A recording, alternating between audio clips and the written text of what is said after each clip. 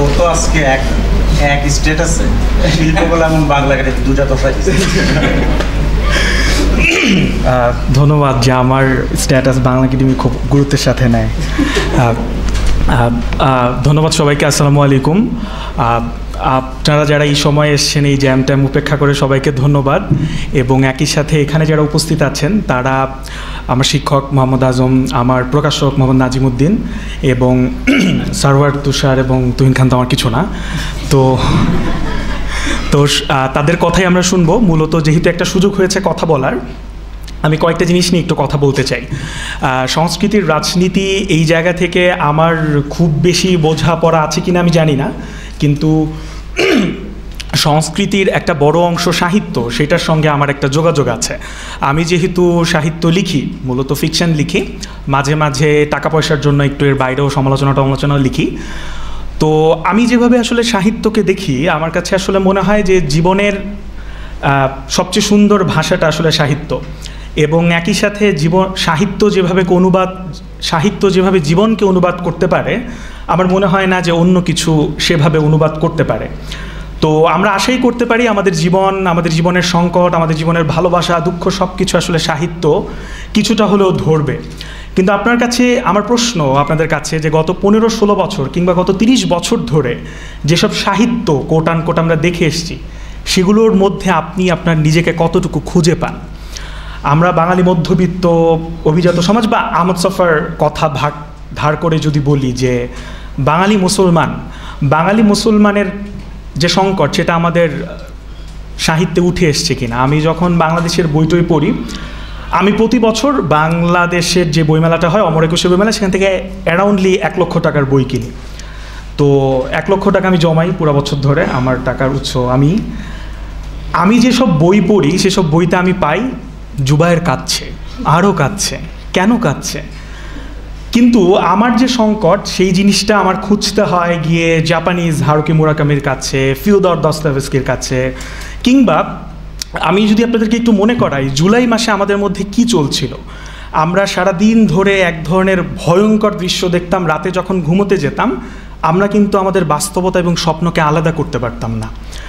আমি অগস্টের শুরুতে এরকম একটা বই পড়ি, উরুগুয়েন লেখকের একটা বইটার নাম হচ্ছে এল পেসো, যেখানে দেখা যায় যে একজন হতাশাগ্রস্ত ব্যক্তি, একজন অবসাদগ্রস্ত ব্যক্তি জীবন নিয়ে এতটাই অবসাদগ্রস্ত যে যিনি তার স্বপ্ন এবং বাস্তবতাকে আলাদা করতে পারে না। আমি অবাক হই যে আমার সংকটটা জানতে আমার উরুগুয়ের বই পড়তে হয়। আমার বাংলাদেশের বাংলা একাডেমি এত লেখককে পুরস্কার দেয়, এই পুরস্কার সেই পুরস্কার, তারা আসলে আমার সংকটকে কিভাবে ধরে, সেটা আমার একটা বড় প্রশ্ন আসলে। এবং ছোট্ট আরেকটা জিনিস বলতে চাই, যেটা আজম স্যার বললেন যে বাংলা একাডেমি এবং সাহিত্য বা শিল্পকলা সংস্কৃতি মন্ত্রণালয়ের আন্ডারে অনেকগুলো একাডেমি রয়েছে। এদের জন্য আমার মায়া লাগে, এরা আসলে করে কি? তো বাংলা একাডেমিতে যখন যাই, তখন বাংলা একাডেমিতে অনেকগুলো সুন্দর সুন্দর ভবন আছে। ওখানে আমি আমার একটা বান্ধবীকে নিয়ে যেতাম, বসতাম, কথা বলতাম, কেউ আমার দিকে তাকাতো না। বাংলা একাডেমি আমাকে গত 16 বছরে এই সুবিধাটা দিয়েছে। আপনি চিন্তা করেন, বাংলা একাডেমি, সারওয়ার তুষার ভাই কয়েকটা জিনিস বলছিলেন ধর্মীয় জায়গা থেকে। যেমন ধরেন, আমি ছোটোবেলায় মাদ্রাসায় পড়েছি, আমার একটা ধর্মীয় সেন্টিমেন্টাল আছে, আমার ইচ্ছা করে যে নবীদের গল্প আমি শুনবো, আমার একটা বইও আছে এটা নিয়ে। গত 16 বছরে বাংলা একাডেমি একটা বই প্রকাশ করেছে মুহাম্মদ সাল্লাল্লাহু আলাইহি সাল্লামকে নিয়ে। সেই বইটা প্রকাশ করে নাই, তারা রিপ্রিন্ট করেছে। ওই একটাই বই ধর্ম সম্পর্কে, ওই বইটা আবার লিখেছে নুরুল হুদা, বাংলা একাডেমির ডিজি। বঙ্গবন্ধুকে নিয়ে 299টা বই বেরিয়েছে। বাংলা একাডেমির কাছে নবী রাসূলের চেয়ে গুরুত্বপূর্ণ হয়ে গেছে বঙ্গবন্ধু শেখ মুজিবুর রহমান।